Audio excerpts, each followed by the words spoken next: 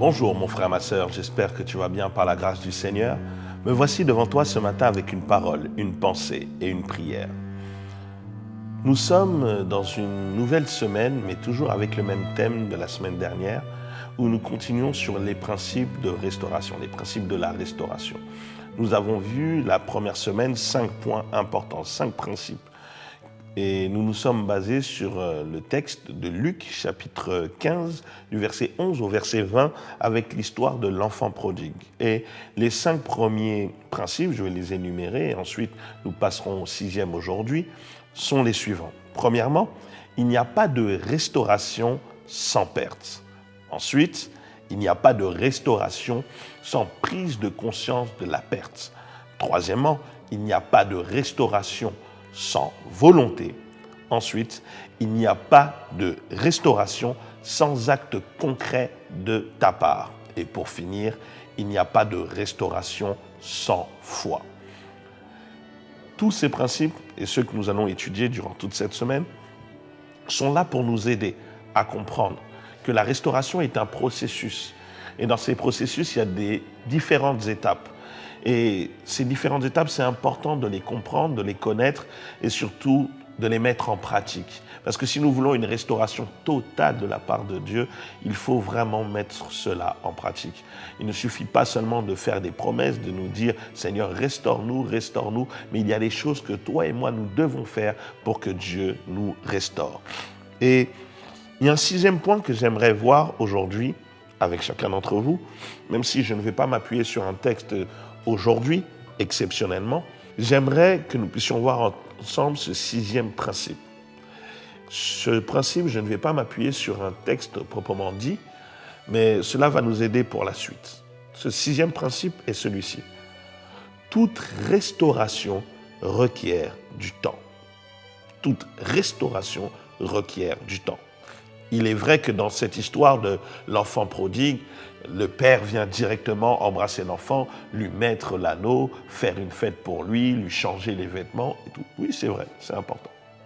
Mais dans la relation, il y a toujours quand même du temps pour retrouver cette complicité, retrouver cet amour, retrouver cette relation pour qu'elle revienne au beau fixe. Oui, je t'ai demandé pardon, mais maintenant, il va y avoir un processus pour que les choses redeviennent totalement comme avant.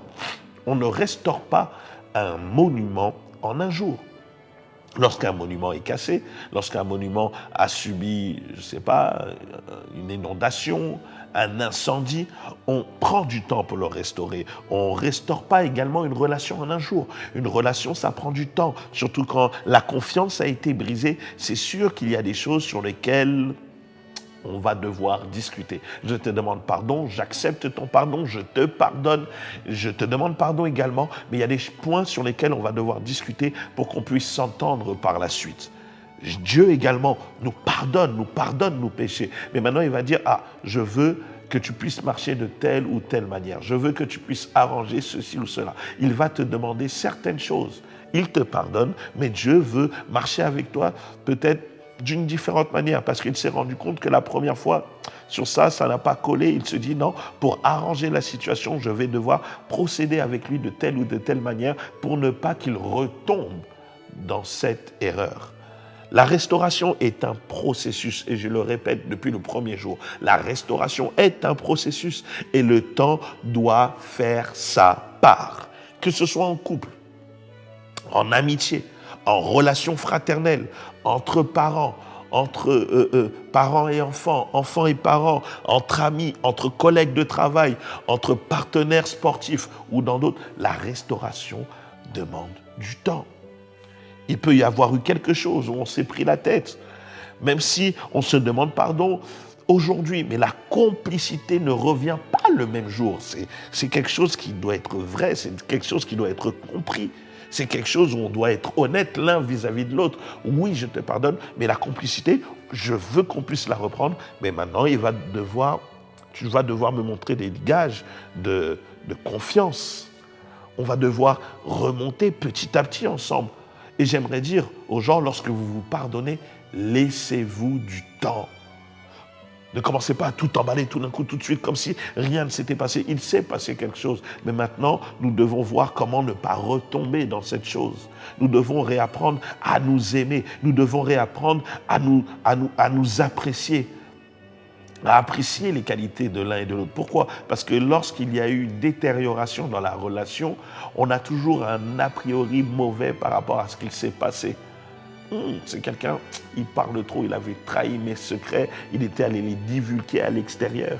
Oui, il m'a demandé pardon, mais est-ce que pour autant, dès le début, tu vas aller encore te confier à lui et lui donner un secret? Non, il va devoir te montrer des éléments qui montrent que tu peux lui faire confiance.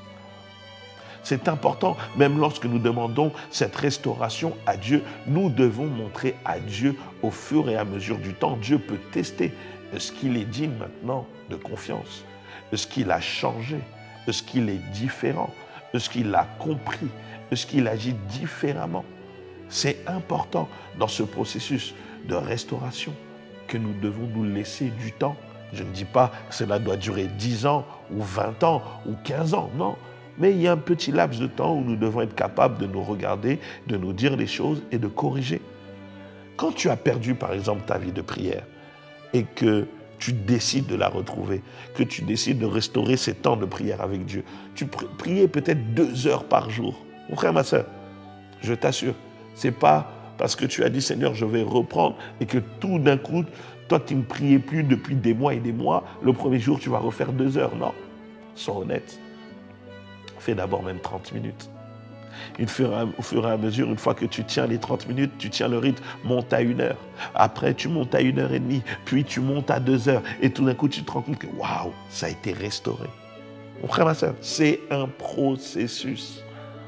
On doit te tester. On doit regarder que tu es solide. Et mon frère, ma soeur, il y a des choses, ça prend du temps. Pas éternel, mais laisse le temps faire également son effet dans tes relations. Dieu peut tout restaurer.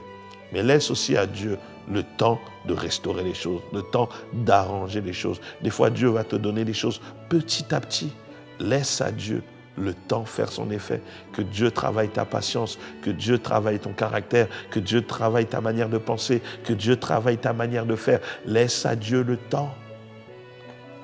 C'est lui le maître du temps et des circonstances. Donc, dans toute restauration, le temps est important. Même une opération, lorsqu'on veut réparer une personne qui s'est cassé la jambe, ce n'est pas parce que le médecin dit « je vais réparer sa jambe » qu'à la seconde où il commence l'opération, c'est fait. Non, regarde bien, il va prendre du temps dans l'opération. Il va arranger ta jambe, il va te recoudre. Mais après ça, tu vas passer par un temps de convalescence, tu ne vas pas courir directement. Tu vas devoir d'abord cicatriser. Après avoir cicatrisé, tu as perdu peut-être du muscle, tu as peut-être perdu de la puissance, de la vélocité. Tu dois passer par un kiné. Tu dois réapprendre à marcher. Tu dois réapprendre à refaire fonctionner ton muscle. Tu dois lui redonner le volume d'avant. Cela prend du temps pour qu'à la fin, tu te remettes à courir et tu dises « j'ai été restauré ». Alors mon frère, ma soeur, ce n'est pas tant une prière aujourd'hui, même si c'est une prière, mais dans cette prière, c'est un encouragement. Ma prière est que tu acceptes que la restauration soit un processus et que de ce processus, il y a un temps. Laisse à Dieu le temps de faire les choses, le temps de te faire arriver, le temps que tu reçoives complètement tout ce que tu désires, tout ce que tu as perdu. Laisse à Dieu le temps de te travailler, de travailler ton cœur, de travailler ton attitude, de travailler ton caractère. Telle est ma prière pour toi et moi. Que Dieu te bénisse. Passe une excellente journée. Mais surtout, n'oublie pas que Dieu est à mon Dieu. Amen.